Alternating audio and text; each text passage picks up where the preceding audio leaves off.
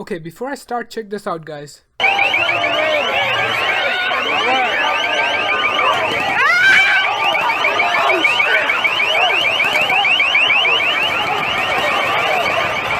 This is insane. So according to the person that posted, he said a few minutes before the 9 p.m. curfew, a young man began making it rain and then police fired paper balls, creating a stampede.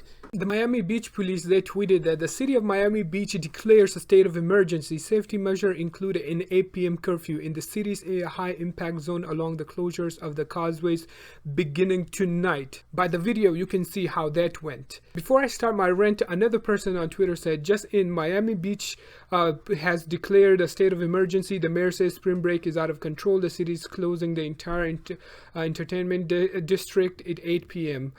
They blocked bridges into Miami Beach after 9 p.m. Only locals and hotels guests are allowed to be in. Okay, I'm gonna state my opinion. You don't have to agree with me, but this is insanity. What were they expecting? When they put their curfew, they thought people were just gonna go along with it and follow the protocols, whatever they set forth for them. And what is the point of it ending it now? Spring break is almost over. These people are going to be returning to their homes soon. And whatever they caught, they're going to take it to all of the other states, whatever states they came from. In the US, we saw the trend of COVID going down, but thanks to this craziness, it might get out of control again now. And when there's different variants, the vaccine cannot be as effective it was meant to be for the one that it was created for. This is what these people don't get.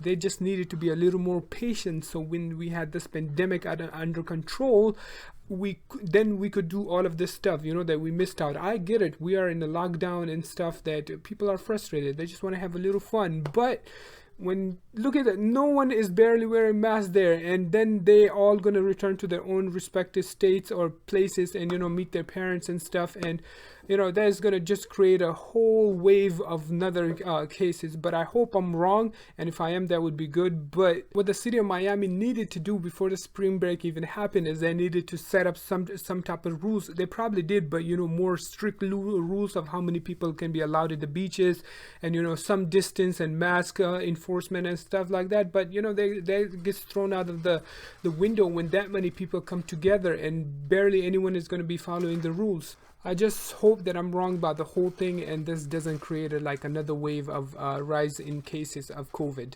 That aside, according to BBC World News, at least 6 lions have been found dead and dismembered after suspected poisoning in one of Uganda's most famous parks.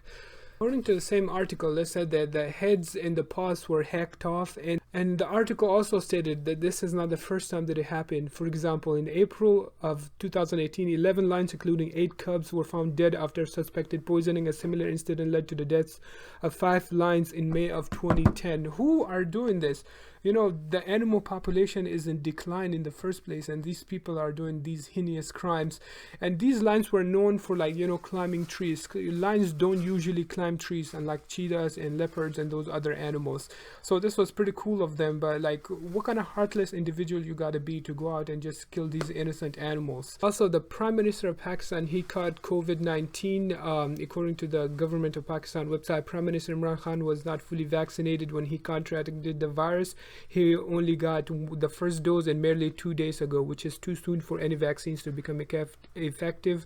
Antibodies develop within 2 to 3 weeks after second dose COVID vaccines. So they're right, for the vaccines to be effective, they got to take a few days, so your body can build those antibodies that you need to fight off those diseases. However, the Prime Minister, on Facebook, he said that I want to thank everyone for their good wishes and prayers. Now, I want to say why this is important, because this is the only person in Pakistan. Pakistan was reigned by 2 parties, similar to here in the US, Democratic and Republicans, and he created a third party because he thought there was too much corruption between those 2 parties. So he wanted to create another party which can challenge those 2 and end corruption, and he succeeded.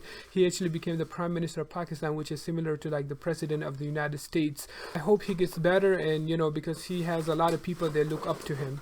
And many of you know what's happening in Myanmar. The military took over the government and the people been protesting it, and so it got pretty violent. A lot of people, over hundreds of people died in it, and every day there's pretty much shooting and stuff. Check this graphic video.